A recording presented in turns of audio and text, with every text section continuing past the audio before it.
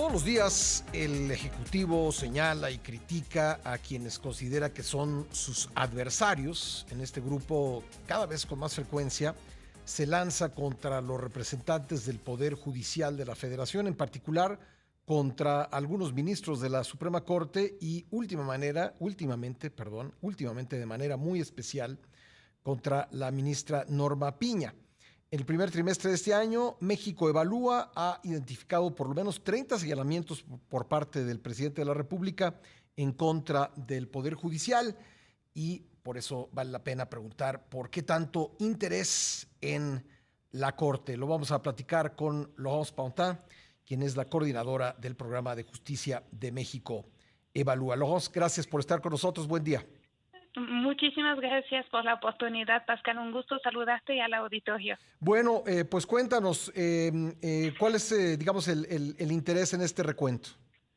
Sí, lo que pasa es que empezamos a ver, sí, es importante decir que en cualquier democracia, en cualquier país, es hasta cierto punto normal que haya tensiones entre el Ejecutivo y el Judicial, pues porque uno es contrapeso del otro, ¿no? Sí. Entonces, hasta cierto punto eso es normal, y incluso en México había habido, este tipo de tensiones en otros sexenios.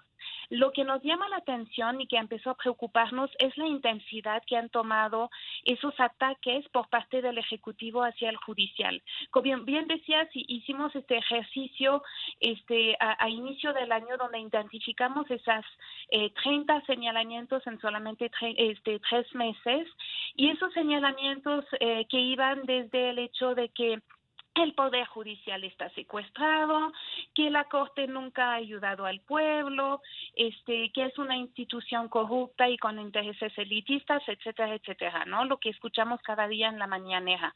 Y nos preocupa mucho porque en realidad hay que recordar algo. El presidente es el, digamos, máximo representante del Estado mexicano. Y cuando él critica de esta manera a otro poder, pues tiene consecuencias, y de hecho las estamos viendo con esas amenazas que ha habido incluso hasta a la vida de la presidenta de la Corte, la ministra Norma Piña.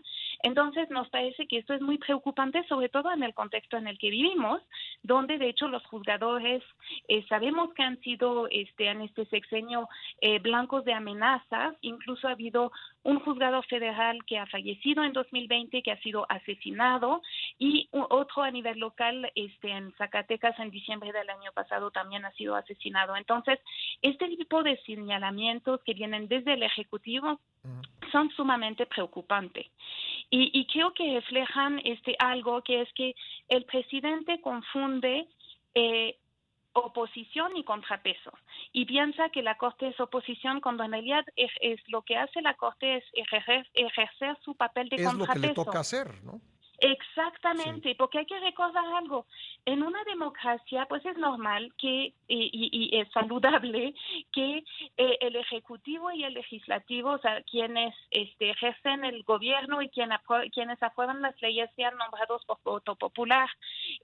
Pero hace falta, y esto lo que refleja es la voluntad de la mayoría. Pero precisamente en una democracia necesitamos una institución y mecanismos para que esta voluntad de la mayoría no se imponga sobre la minoría de manera inadecuada y peligrosa. Y la Corte tiene este papel de verificar que las leyes que se aprueban, las medidas del gobierno, no, digamos, se extralimiten y no se impongan sobre la minoría.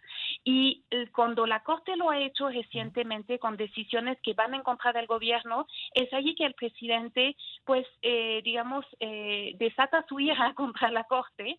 Y cuando digo desata su ira, porque además ha ido escalando. No solamente ya han sido señalamientos en sus mañaneras.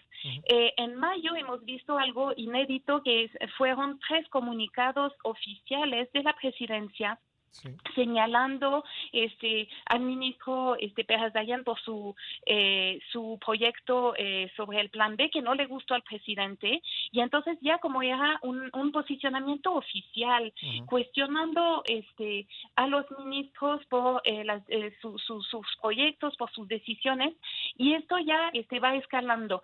Luego, después de esas decisiones, el presidente, como bien sabes, ha amenazado a la Corte con pues una reforma que implicaría que los ministros sean nombrados por voto Sí, que popular. eso sí nunca había ocurrido. Como nos dices, los enfrentamientos son regulares tanto en México como en otras Sí. partes del mundo, pero un llamado a que se cambie la manera de designar a los ministros, magistrados y jueces, eso sí que no había pasado.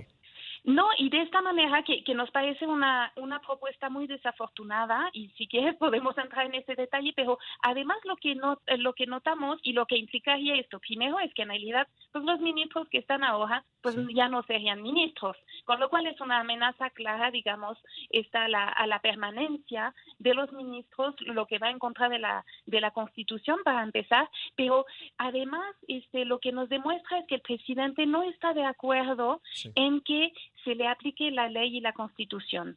Él considera que está por encima de ellos, y eso es lo que nos debe de preocupar. Sí, además creo que hay que considerar en el contexto que la Constitución mexicana es una de las más garantistas del mundo, es decir, los ciudadanos tenemos una serie de garantías que cuando sentimos que son violadas podemos recurrir al Poder Judicial, y el Poder Judicial pues tiene que pronunciarse sobre lo que reclamamos. Pues muy interesante, Laurence, me gustaría pedirte por último, si eres tan amable, para poder revisar con detenimiento el estudio que ustedes hicieron, que nos cuentes dónde se puede encontrar.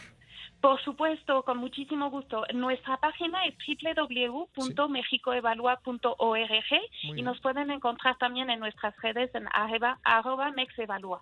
Pues Laurence Fontaine, coordinadora del Programa de Justicia de México Evalúa. Gracias, muy amable. Muchas gracias a ti y un buen día a todos. Gracias, buenas